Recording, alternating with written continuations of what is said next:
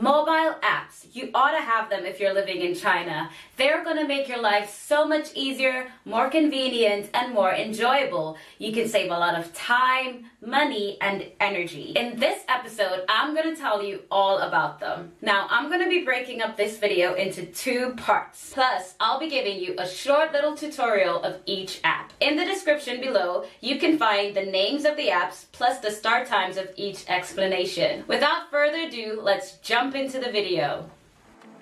Tell me your story. Tell me what made you change your mind. Number 1, WeChat or Weixin. The most important app you're going to need. It is like a Facebook, an Instagram, a WhatsApp, a PayPal, all in one. Let me tell you all about it. All right, so let's jump right into WeChat. So you open WeChat, you're first going to see all your chats that you've got open. So sometimes I like to keep my chats open because there's important information that's been shared and I don't want to lose it. If you go in the top right hand corner in the plus sign, that's where you're going to add your contacts, start a new conversation, scan somebody's QR code or what have you. Contacts, you see everyone that is in your WeChat, of course. Discover, and you go to moments. That's like equivalent to your timeline, so you can see all that your friends have posted. Also, if you go to me, where you see your name, of course, that's where you can change your profile picture, your name, etc. WeChat Pay is where all the magic happens. So where you can top up your phone, pay your utilities, book rails, flights, hotels, order food, purchase movie tickets, everything in this section of WeChat Pay. In your favorites, you can like save conversations or articles that you've read in your favorite section. My post is just to see all the things that you have posted in your moments. And the rest is self-explanatory, basically your settings, etc. And basically, that's the whole gist of WeChat. So you just touched down in China and you have no clue what anyone is saying to you and you do not know how to express yourself. That's why, number 2, you're going to need a translation app. Baidu Translate is my go-to translation app. Alrighty, so Baidu Translate is very easy to use. You just copy and paste whatever it is you need to translate, and there you get it. From the drop-down arrow, you can choose whatever language you need. I super love this function where you can press the camera button that you see and do live translation. So you just take a picture. Oh, that was super blurry. Oh, but it still translated it. And you get translation there and then. Also, if you press the microphone, you can also speak into it and get translation. So look. Hello. And there you see the Chinese equivalent for what you've said. So I love Baidu Translate. It's great. I also use this app called Pleco, which is a dictionary for Chinese to English. So you just type in whatever word you want in Chinese or in English and you get the translation. Also, this part here is very cool where you can draw a character that you've seen. And for example, like this. And you get the translation. So I love Pleco as well. I also use this app called Pinyiner because sometimes you see Hanzi and you do not know how the words are read or what is the equivalent, like the Latin. So you just copy and paste whatever you want here and you see how to actually pronounce the characters. So this here says 新年快乐，祝您年年有余. So I often use Pinyiner to help me practice to pronounce the words. So these 3 apps I highly recommend. Alright, so as you may have heard, almost every single website is blocked in China, from Google to YouTube to Facebook to WhatsApp. That's why you're going to need a VPN in order to stay connected with your loved ones back home and be in the know of what's going on with the rest of the world. The VPN that I use is called Astrill VPN, but there are also other great ones like ExpressVPN, TurboVPN. So have a look on how I use Astrill VPN. So as you see right now, it is turned off. So it says off, and as you can see, if I try to use Google, like it's not gonna work, it's not gonna open, it's just gonna like take forever. or say I wanted to go on YouTube, the same. Like nothing's gonna happen because of course it's blocked. So you just go to your Astrill or whatever is your VPN. You turn it on. Of course, here's the different servers, like whatever country you want it to choose. Usually I choose LA, sometimes Australia. These work quite well. So you just turn it on. And now as you see, I'm going to go into my browser and YouTube is going to work. And what else? Google, let's try Google. Google is also going to work. So it is as simple as that. I find that Astrill VPN is super reliable. I've never had any problems with it. I've been using it for about a year. So that's it. So you want to get out and about in the city and you want to know directions on how to get to a certain place. That's why you're going to need Baidu Maps. Baidu Maps. So let's open that app up.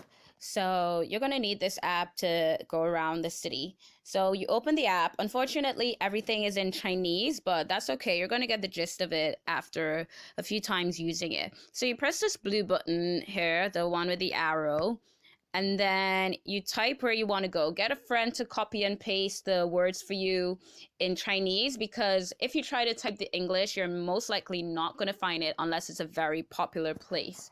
So say, for example, I'll just choose this one, the last thing that I looked for. So you can see it tells you the time, about 25 minutes. If you were to take it with a bicycle, you can switch up here, get the time. If you're walking, you can get the public transport, like you take the 594 bus or the line 13 and line 15 subway. This is how long it's going to take with taxi. And if you were to press the big blue button at the bottom, it gives you live GPS.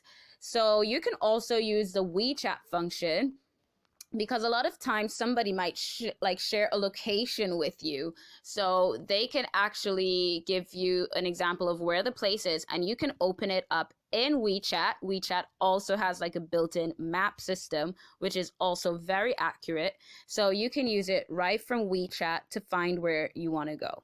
Okay, so you just got the directions of the place you want to go, but how are you going to get there? This is why you need to download China's #1 taxi hailing app. It is called Didi Dache, or Didi for short. Okay, Didi. This is an app I really love. I use it almost every day. So when you open the app, it's going to pick up the location that you're at in the moment. So you go to and you put where you want to go. So for example, here. And you can choose what kind of car you want. Express pool is if you want to share it with strangers going in the same direction as you are. Express cars are not registered taxi cars. These are private cars, but they're registered to the Didi company to just make an extra buck, I guess, dropping passengers around the city. They tend to come quicker than the regular taxis, and they offer cheaper prices. So I usually tend to go with Express. There's Express Diamond, which is like a more fancy car than the regular car that may come to pick you up. Then there's Premier Car. These ones are like a luxury car. They're more comfortable. As you see, the prices increase. Of course, the price varies depending on your destination, how far you're going. So, for example, this is like from that green dot to that orange dot. That's like where in the map it is, and these are the different prices. You can change your car if you wanted a business van to pick you up. For example, there's a party of many people in it, you've got a lot of luggage, you're going to the airport, you can choose what car you want to pick you up, and of course the price is going to change. You can pick the regular taxi with the metered fare. I usually don't pick taxis anymore, because in the past I've had experiences where these taxi drivers, those cheeky ones, would take the long route on purpose so that in the end your fare is going to be much higher than expected. So if I cannot find an express car, then that's how I take the regular taxi cars, because they don't have a price, like a predetermined price. And then of course there's the luxury car, where you can choose like a Mercedes-Benz, a BMW, Audi, all these things if you want to get your fancy on. So that's it for Didi. What else can I show you guys? You can reserve a taxi for like in the future if you wanted to know that your taxi is going to be waiting for you at 11 o'clock. You can reserve it. You can call a taxi for others. So for example, your friend is out, she doesn't have money, her phone is about to die, she doesn't have the app. You can call a taxi for her. You put in her number and her name, and then when your friend gets into the taxi, you can see a live, like real-time trip, like where she's at, and you will know when she's gotten home, etc., etc. Their customer service is excellent. Usually, if I've got a taxi driver that is being very stubborn and he doesn't want to drive in the compound to pick me up, you might meet those. They're just lazy. They want to wait by the entrance. I just go to customer service. Hey, I've got a stubborn taxi driver, and they're very quick to pull up on them and be like, what you doing? So I love Didi app. If you would like to use one of the many bicycles that line the pavement, you're going to have to download either Overbike or Mobike. Though recently, Overbike has been in a lot of financial difficulty and it may shut down, so don't hold me to that one. But other companies like Mobike and Blue Gogo are also available to use. Feeling hungry and you're too lazy to go out and get you some food? You need to get you Eleme. Okay, so let's talk about Eleme in the third row with the letter E on it. It's primarily a food delivery service app, but you can use it to get anything delivered to you or to someone else. So the app opens up on this page. My address is already saved on the top, but it picks up your current location. This here, there are different categories for if you're looking for restaurants. In the red circle, the blue circle, that's for like convenience stores. So if you need like paper, pencil, even snacks delivered to you, you can go in that section. The other one is fruits. If you're feeling for a particular cuisine, you scroll across, you can see like for pizza, burgers, noodles, baozi, fried chicken. If you would like to send flowers to someone, these are the different categories on top. If you continue scrolling, you can see like the different restaurants that are nearby. So say, for example, this blue one, the first one with the blue picture, you see 26, the number 26 across in the right hand corner. That means it's going to take you approximately 26 minutes to get your food. It's 1.1 kilometers away. So say we go into that restaurant and you see their menu, everything they've got. You just press the plus sign to add it to your basket, and then you go to pay. So here where you see the red little box with the envelope, that is like a hongbao. So basically, if you make a payment and you share the link with someone in your WeChat or wherever, they're going to give you a discount on your next purchase. So that's basically it for Eleme. Now try not to get hooked on this next app I'm about to tell you. It's called Taobao, China's biggest e-commerce platform. Okay, so let's go on to one of my favorite apps, and that's Taobao, where you can find everything that you need. So up on top here is the search box. You can search in English for whatever you need. So say here I had blender machine. You put that in and you should be able to find what you're looking for. But I highly recommend trying to find the translation for it and searching what you want in Chinese, because you're going to get better options, better deals, and more choices. So say I wanted this one, I click on it, the information is there. If you wanted to ask the buyer something, where you see down at the bottom with the 2 dots, you click it and you can message the seller, about that item. I put it in my cart, I press the yellow button, say I choose that, and with that tick means that it's in my cart. Also, a function that I super love is also this camera one. So I've got a teddy bear next to my bed, and let's take a picture of it. Say I didn't know what I can call it, but I wanted this bear in particular.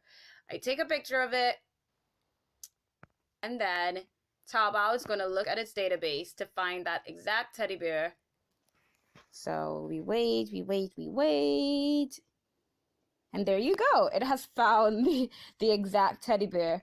So that's about it on Taobao. I go back at the bottom here. I go into my cart. You saw that I just put this blender in there. When you're ready, You just check out and you buy it, and that's about that. On Taobao, you may find that it sometimes takes you to another section called TMall. That's another app that you can download. The difference between Taobao and TMall is that TMall is for registered companies selling authentic brands, whereas Taobao is for any individual who chooses to upload and sell their product. If you're a business person and you're interested in buying in wholesale, then Alibaba is the place to go. JD is another excellent online shopping platform. I prefer to use JD when I'm buying electronics or machines. They are also for registered companies who tend to sell only authentic material. One of the perks about JD is that they often do same-day delivery, so if you need something ASAP, JD is the place to go. Alright, so that's it for part 1. Be sure to check out part 2 for more essential apps that you need to have while living in China. See you in the next video. Bye!